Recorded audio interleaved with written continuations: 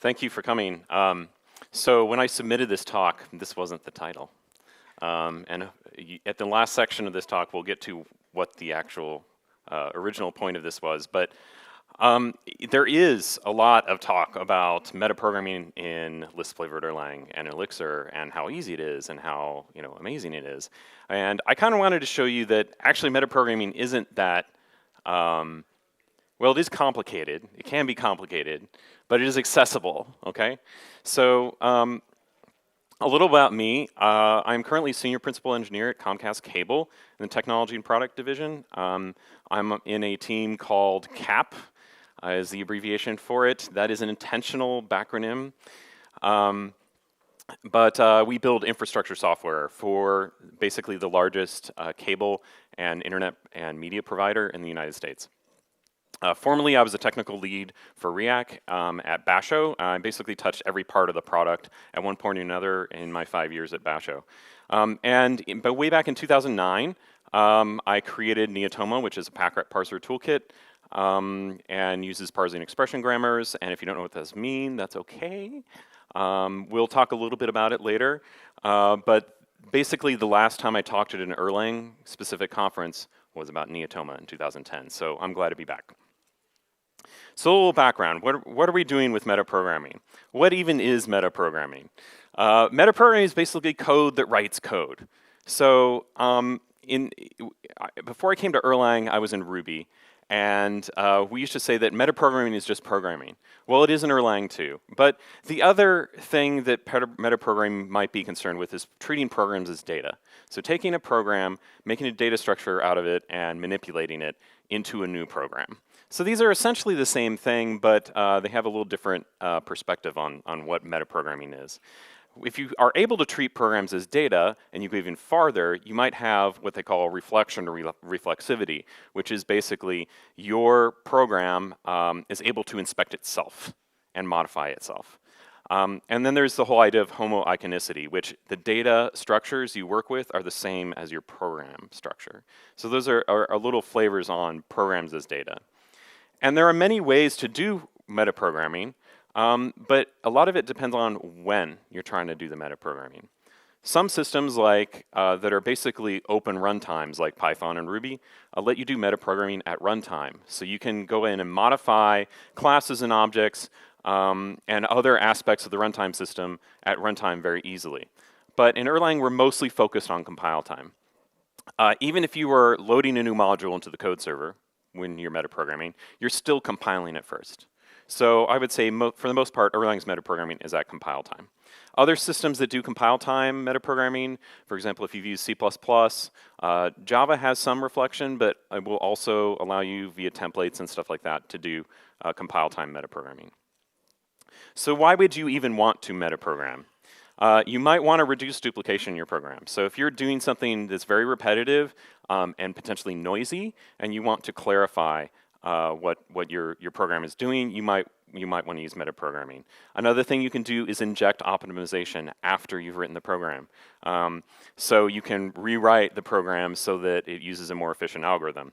A lot of metaprogramming opportunities in Erlang simplify existing APIs. So they'll put a shorter wrapper around a more complicated concept that can be thought about as an abstract unit. A lot of tooling, for example, if you've already used macros, which we'll talk about first, if you pass and define a macro, you can switch things at compile time. So we'll talk a little bit about that. And of course, implementing DSLs. Like one of the most famous DSLs, at least for me, is QuickCheck, which has the for all macro and the lazy macro and all those things. But you can also implement DSLs that are actually valid Erlang syntax and don't use the preprocessor. So we'll look at all those. So what are the stages at which you could metaprogram? There are lots of them. I'm not going to talk about all of them. But essentially, this is your diagram, and it's a little light, my apologies. It's a diagram of the pathway from the source file of your Erlang code down to the actual runtime. So at first, the source is tokenized by the scanner, and then it's parsed well, you have, I skipped a section there where the preprocessor comes in. But essentially, it's parsed in the abstract form, and then you have a syntax tree of your program. And then you can either compile that program, or if it's maybe an expression and it's not an entire program, you could evaluate it. Or once it's compiled, you could load it, and then you have that code available in the runtime. So those are all the solid arrows in this diagram. The dashed arrows are where most of the metaprogramming happens. So for example, the preprocessor will do rewrites over tokens at the second stage. If you wanted to be really simple about how you're doing your metaprogramming, you might just treat your program source file as a template and substitute things in the middle. So that would be working with the source level. And obviously at the abstract form, you can transform the syntax tree into a new syntax tree, or you can actually take a transformed or a real syntax tree, or original syntax tree, and print it back to source. So there's all sorts of directions you can go with metaprogramming here. Okay, so let's talk about the first technique that I want to cover, which is macros. Macros are really familiar to most Erlang programmers. They're used all over the place. But essentially, it generates code in the preprocessor. And I say it operates over tokens, mostly. The other day I was reading the preprocessor, and I was like, yeah, it's kind of like going across the tokens, and then when it hits a token that's a macro, it goes, okay, I need to think about this and rewrite some things. There is some part of it that looks like it's doing some syntactical analysis, like very minor syntactical analysis, but for the most part, it's just read a token and then expand that token if it needs to.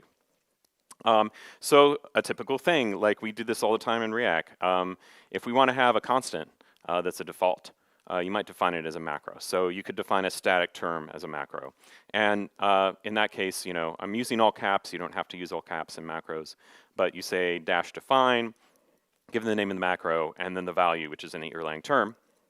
And that Erlang term becomes a token or a set of tokens that the preprocessor will insert into wherever you refer to that macro.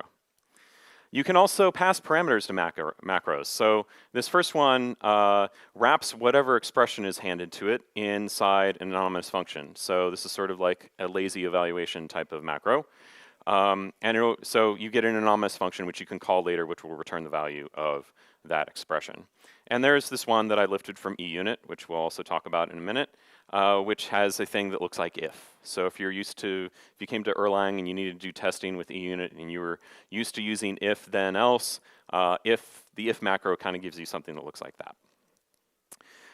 And then the other thing that is interesting about macros is you can actually take the parameters to the macro and escape them.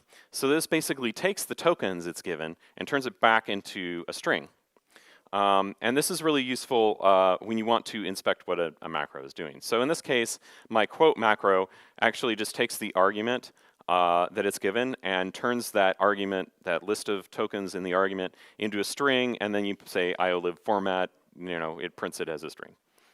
Okay, so how might we use these? This is a pretty familiar thing. We're doing a gen server call, and we use the module macro, which is defined by the preprocessor, to the current module being compiled. And then we use that constant timeout. And this gets expanded to gen server call, my module being 5,000. Okay? That's pretty straightforward substitution. Now, if we want to launch the missiles, but we're not sure yet, we might want to wrap that in a thunk. So this will expand to a fun that has that expression inside it. So that's a parameterized macro. And then finally, the quoted macro, the escaped argument in the macro will be expanded to the textual representation of that Erlang term. So in this case, we're saying the value of foo is whatever foo is. That's kind of a neat one. Okay, so one of my favorite uses of macros is in eUnit, and it uses macros to create assertions in your unit tests. So I'm going to step through how the main assert macro works. There are a number of others that do things slightly differently, but some of the macros are built on top of the assert macro. So basically, your assertion is saying, this is a Boolean expression which I want to be true.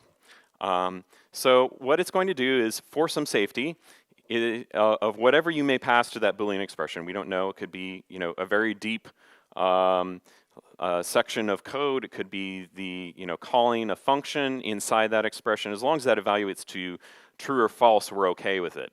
But because we don't know what you're going to pass the macro, you have to have this begin end, first of all, at the top and the bottom, and then it wraps it inside an anonymous function with 0 arguments and calls it. Okay, so this is a big safety thing in terms of getting correct expressions for the compiler. Because remember, macros happen before the compiler come. Now we do a case expression. Case, the Boolean expression wrapped in parens of, is it true? If it's true, we return OK. So that's what you expect out of your unit test. If your expectation is true, then it should not do anything bad. But if it is not true, then we raise an error by calling Erlang error.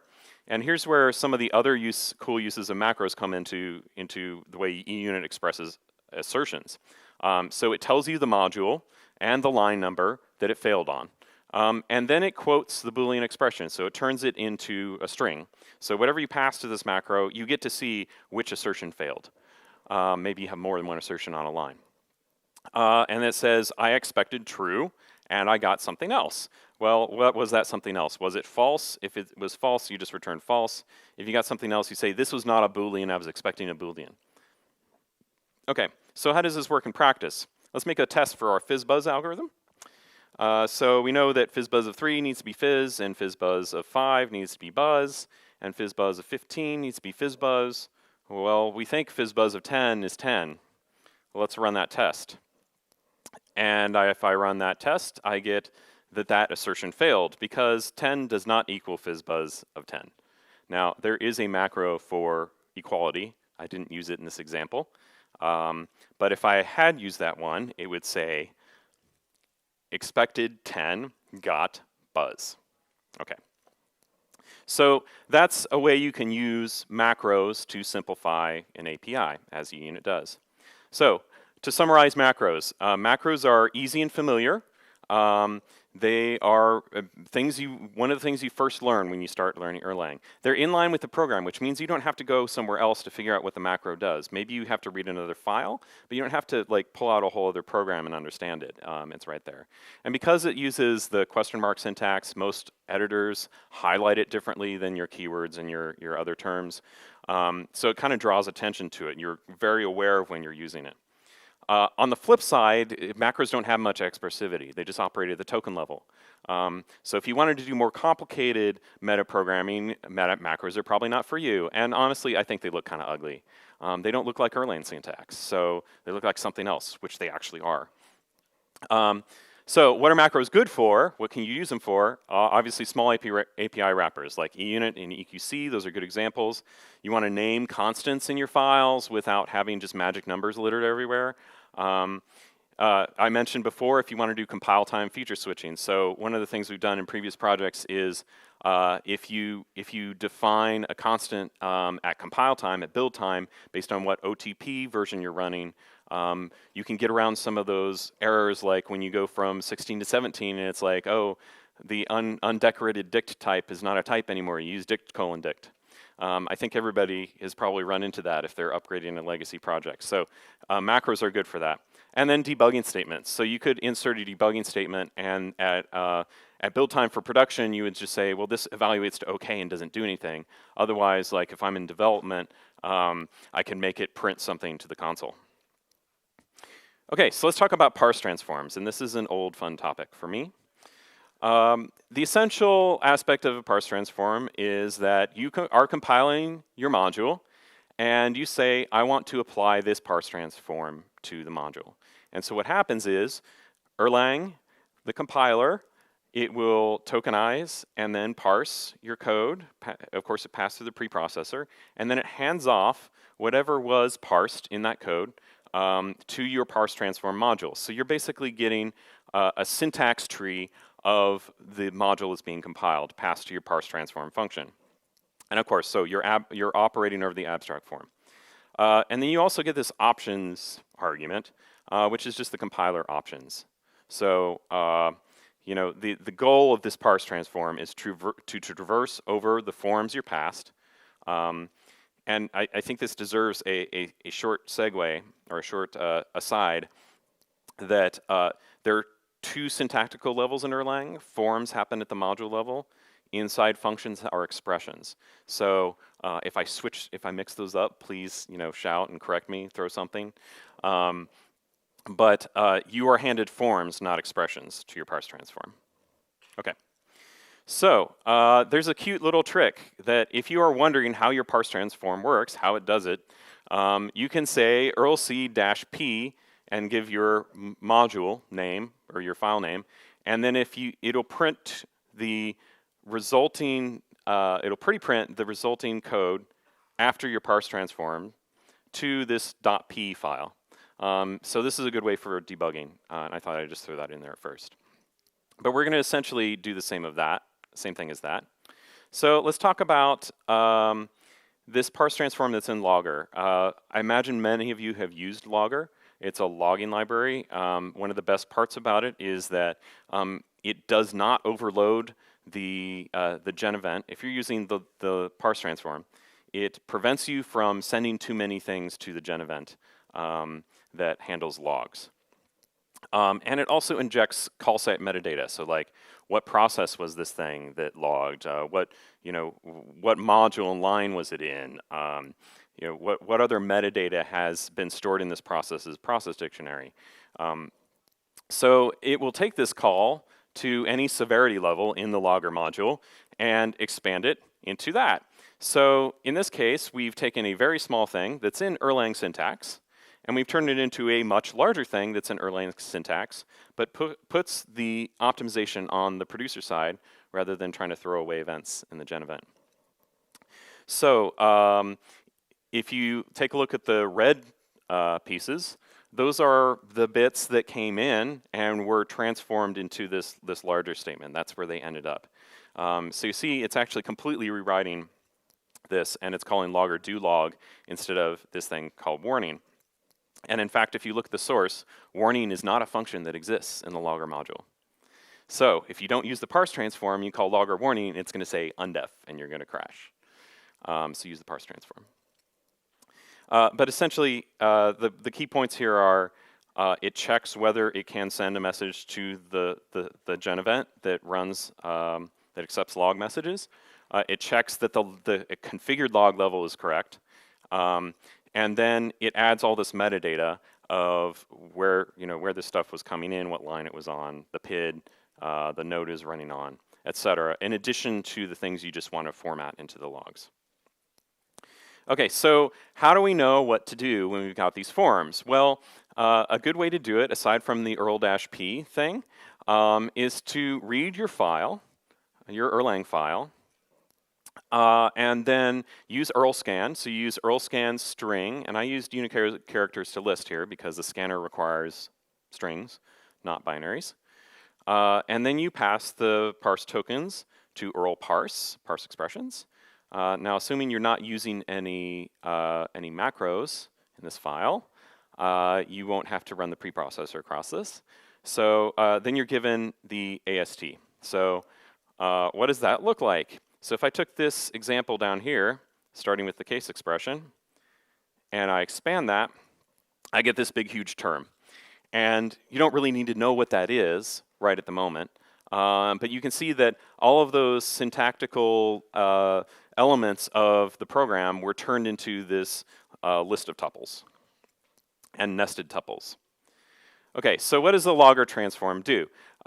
If you look at the things in red here, it actually just grabs a lot of options out of the compiler options, and then down at the bottom it says, I'm going to walk the AST. And so this is a recursive descent algorithm to transform the AST. And then it does a bunch of things where it just says, okay, I'm going to keep track of some state, and then recurse down into those clauses that are within this function. And then when I'm inside a clause, I'll walk the body of the clause. And then when I'm inside the body of a clause, I'll go ahead and transform a single statement, so a single expression.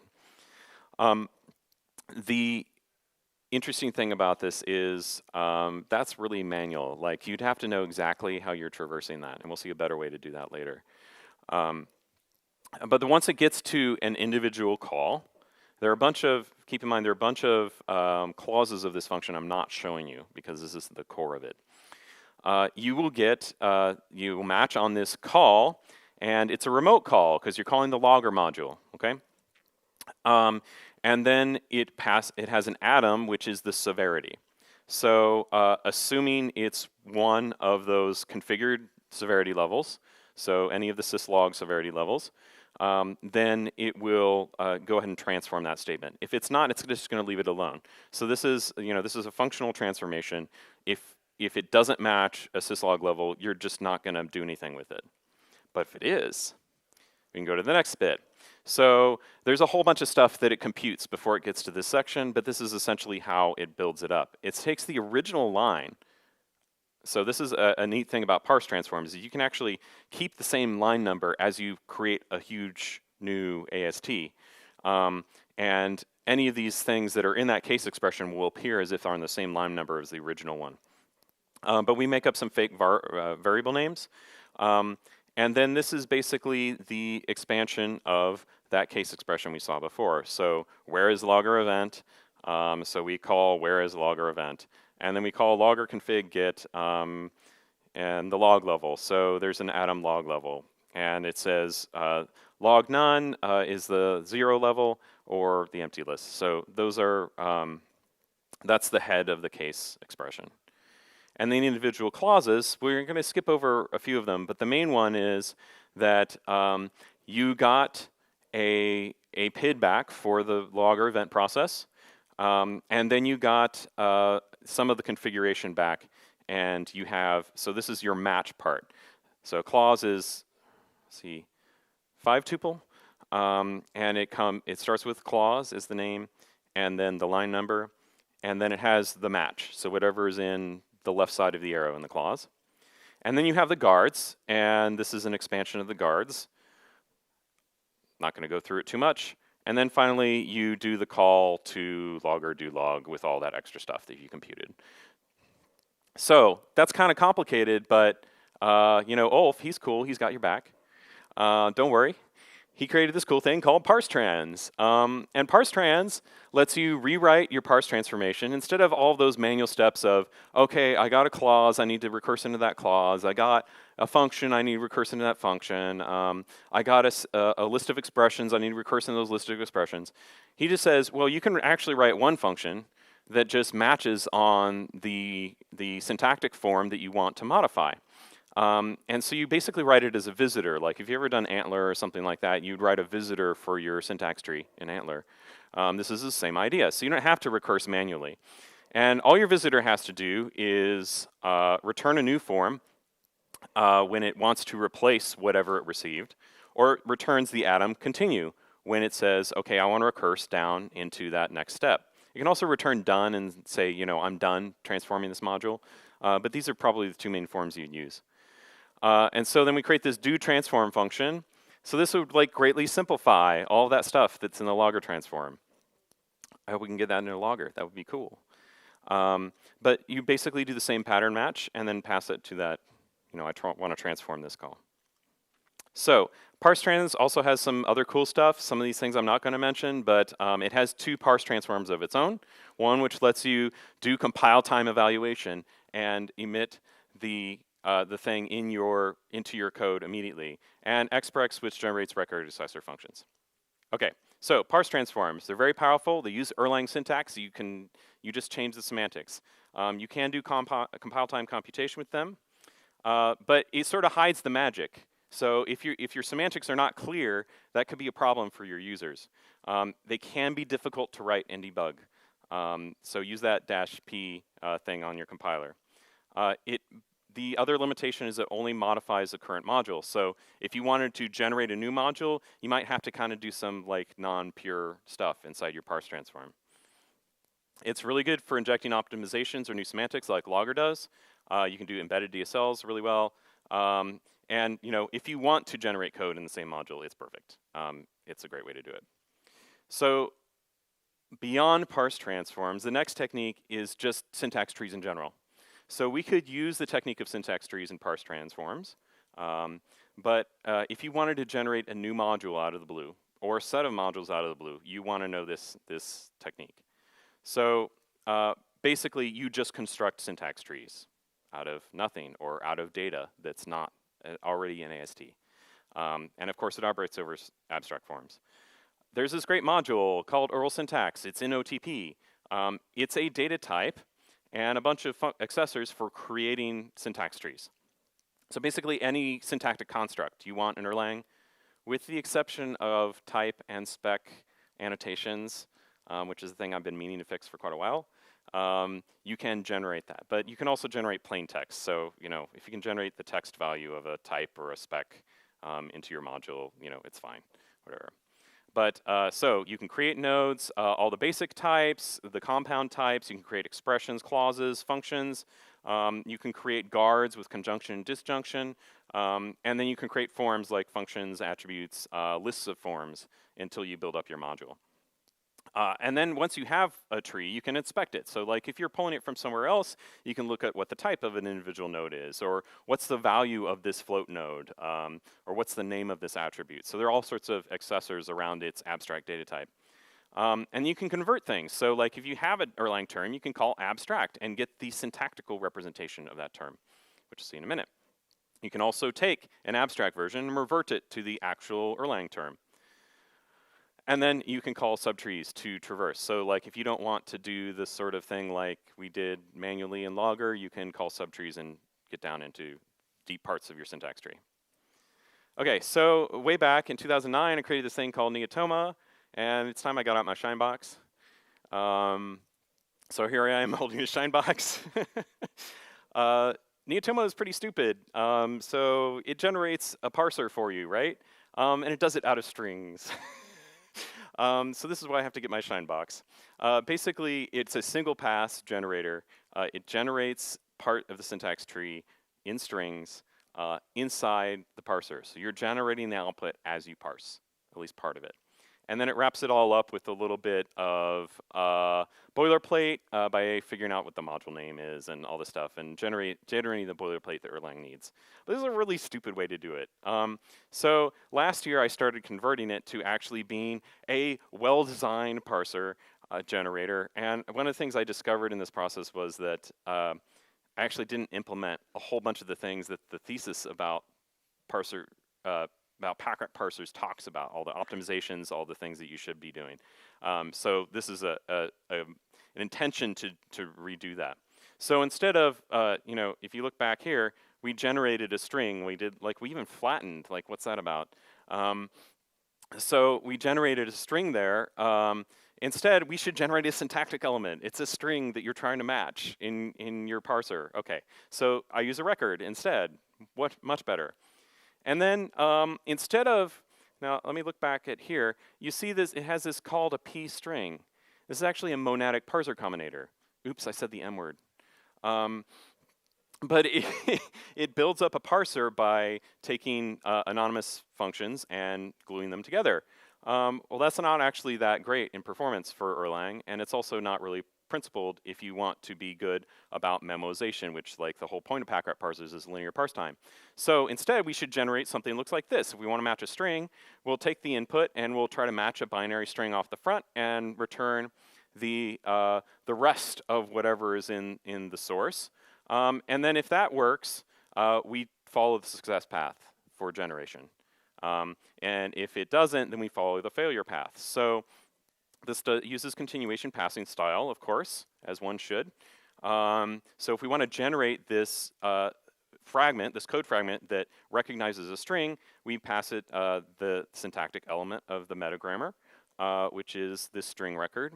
And you pass it the name of the input from the current tail of this computation. And you pass it the success path, which is an anonymous function, and the fail path. So we create an abstract version of that string. So this is basically converting that term into a syntax tree.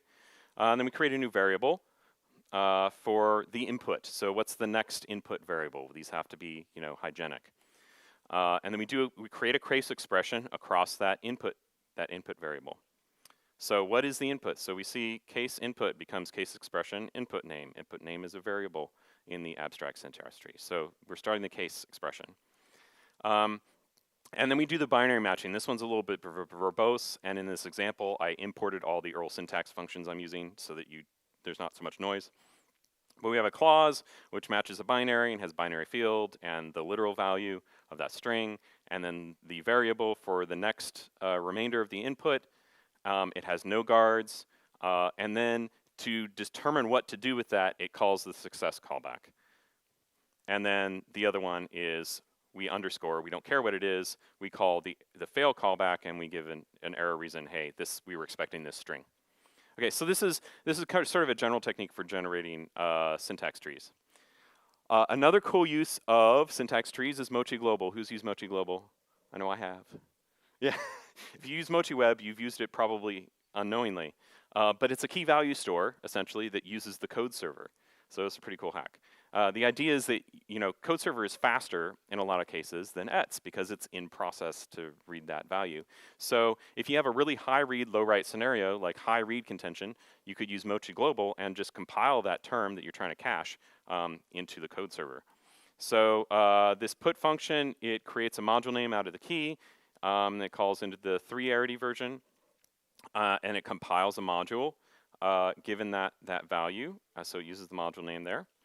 And then it purges the old version of it, and then it loads the binary that it just compiled into the code server. Okay, that's pretty cool. So dynamic code generation and loading. So what does that compile actually do?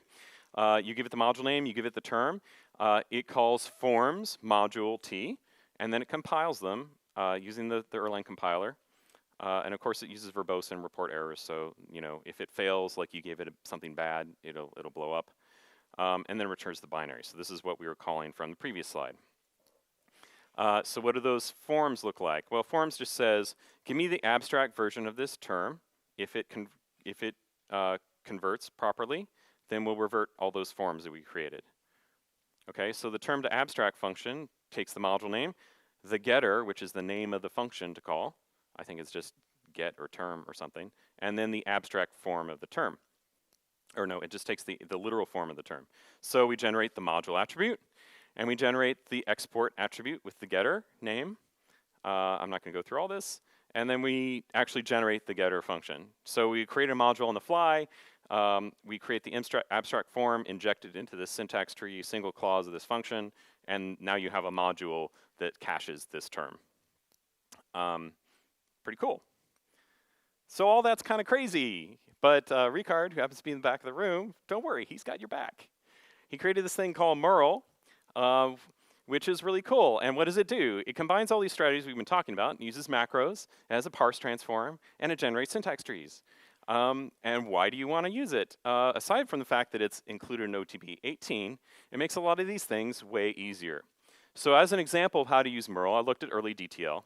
And Erlydtl, if you haven't seen it, it implements Django-style templates. So if you're doing a web app, you might want to look at Erlydtl.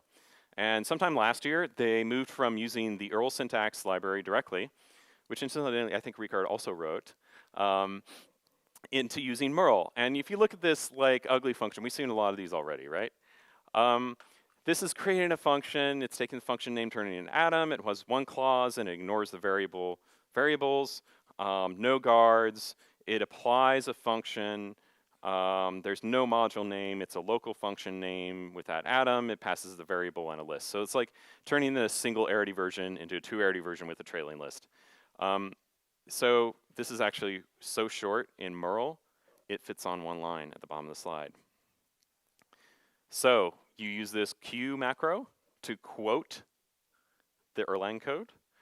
And then at compile time, it uses a parse transform to inject the values of these things into a syntax tree. Really cool. So that like turned from like 6 lines, 8 lines, I don't know, lots of lines into 1. That's really awesome. So syntax trees in general are the most versatile way to metaprogram Erlang. They're really powerful tools. You can output to the code server. You can output to files with pretty printing. You can do whatever you want. You can evaluate the forms directly. The cons of it, obviously, if you're not using Merle, it's pretty verbose, and you have to go through lots of manual steps. So use Merle. The other thing is you may need to understand the AST if you're going to work with the AST directly. Knowing what forms, what abstract forms are there in Erlang is valuable. So using syntax trees is really good for implementing new languages. So if you're doing an external language, you're like, I don't know, maybe you're implementing a new Lisp or a Haskell on top of Erlang. That sounds kind of cool. You might want to look into this. And of course, external DSLs, things like like Neotoma itself is an external DSL. And of course, runtime code generation. You build up the syntax tree and you load it. That's pretty cool. So metaprogramming in Erlang is great. You should do it. Use these things. Use Erl syntax, Parstrands, and Merle. They will make your life lots easier. And go build cool tools. That's it. Thank you.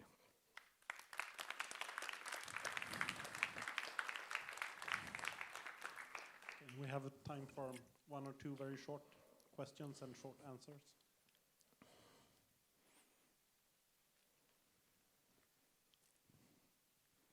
I'm quite impressed with this. But I do have a question about how quick, what's the performance of, compiling these syntax trees?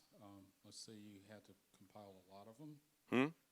Well, I mean, it's going to be, so you mean building the syntax trees or like taking ones you've already built and compiling? Taking ones already built and compiling. It's going to be the same as running the Erlang compiler, which is actually pretty fast.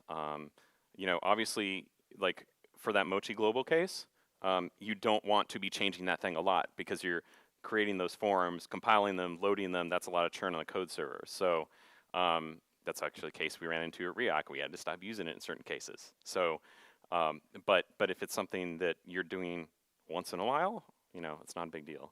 So I think it's all about the scale of the problem you're trying to solve, whether you'd want to do that or not. So if I had to do like 1,000 of them, that would take. That might not be so nice to your user. Yeah. Okay.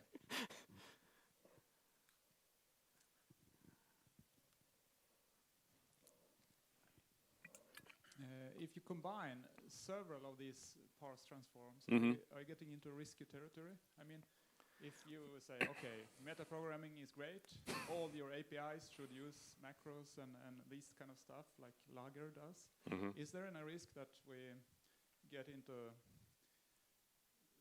two combinations of transforms not working together? There's definitely a risk there. I mean, I think you'd have that risk in any language that has like hygienic macros and homoiconicity too. You could create something that doesn't make any sense. It's very important for the person writing that parse transform or the syntax generation to be responsible. And one of the nice things about Lager is it actually touches very little of your code. I think that's why it works as a parse transform as opposed to something else. Is that it only focuses on those single expressions that call the logger module with a syslog severity. So again, that's an issue of magic, right? Like how much are you exposing, how much are you hiding? And I think you want to hide very little magic. The semantics should be really clear. So to your question, yes, you must be very careful. Yes, it can end in disaster. I've done it myself, actually. Thanks. We have time for one more. One more?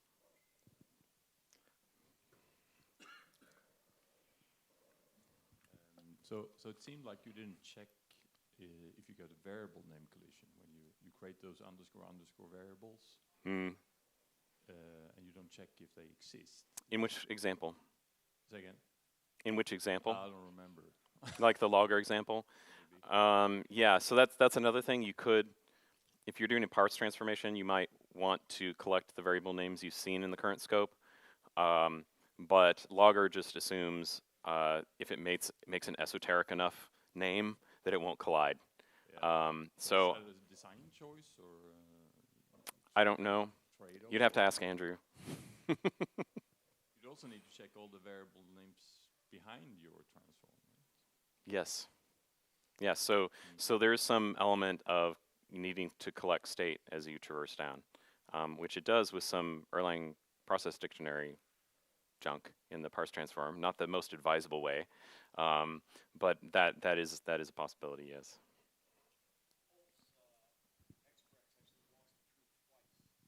Thank you, Joe. Joe says Ulf's exprex walks the tree twice to make sure there's no collisions. Is that correct? To inspect the module. Yeah. Yeah, just to comment, another way is just putting the things inside of fun, Mm-hmm. doing an early example. Yeah. Then you get past the problem with variable scoping. It's slightly slower, but then you get past the variable scoping, Yes, thank you, Robert. which you've done.